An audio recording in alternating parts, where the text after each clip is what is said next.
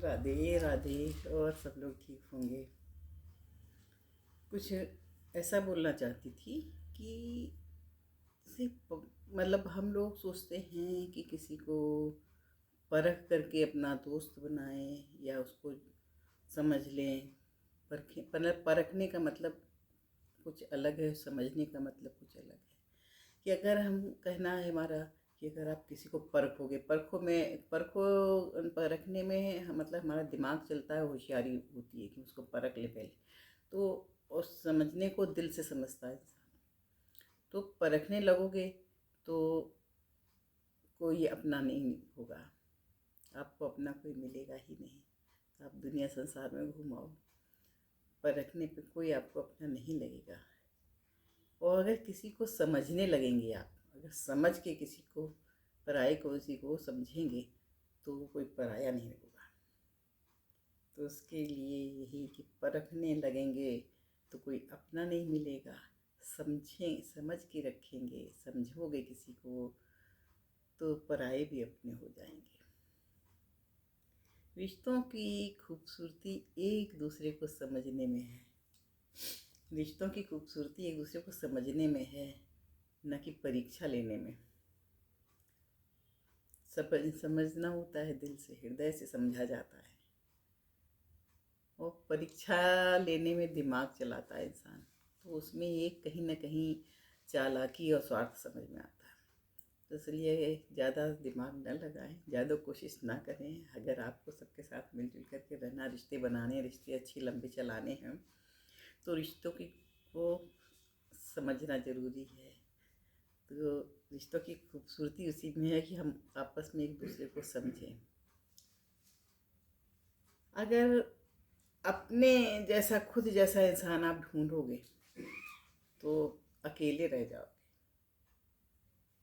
अरे कोई भी एक जैसा नहीं हो सकता। हमारे जैसा मिलना जरूरी नहीं कि हमको हमारे जैसा इंसान हमको मिल जाए अपने जीवन में। तो अपने जैसा ढूंढेंगे तो हम अकेले रह जाएंगे। और जैसे कि सोच को आप अपना विस्तार दें। सोच में विस्तार देने का मतलब है कि आप अच्छा सोचेंगे, हृदय से सोचेंगे, लोगों को अपने व्यवहार अच्छा बनाकर रखने की सोचेंगे, तो ज़रूर आपको अपने लोग मिलेंगे, तो आप धोखा नहीं खाएंगे। और जैसे मान लीजिए कि विचारों का मतलब है कि जैसे आप सोचोगे कि बुद्ध जैसा बनना है हमको, तो आप बुद्ध जैसा बनोगे। आप बुद्ध के आप आचार विचार पढ़ोगे, सुनोगे, तो आप बुद्ध जैसे बनोगे।